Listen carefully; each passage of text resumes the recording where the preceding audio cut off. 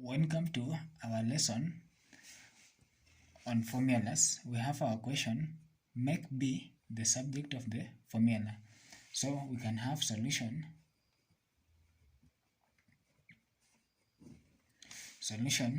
We have our question as A is equals to BD all over square root of B squared minus D.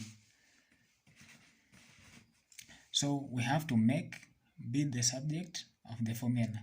So since we have square root on this side, we can square on both sides.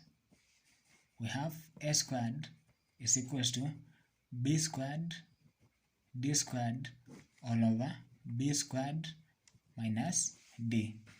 Then multiply the denominator on both sides.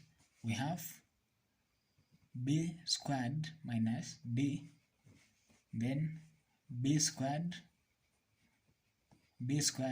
minus D. So we can open the bracket, A squared B squared minus A squared D is equals to, this one cancels out, we remain B squared D squared. Then we collect values containing our B. So we have A squared B squared minus B squared D squared is equals to A squared D. We can factor our B squared into A squared minus D squared is equals to A squared D. So we have B squared is equals to A squared D divided by A squared minus D squared. We can, since we have squared, we can square root on both sides.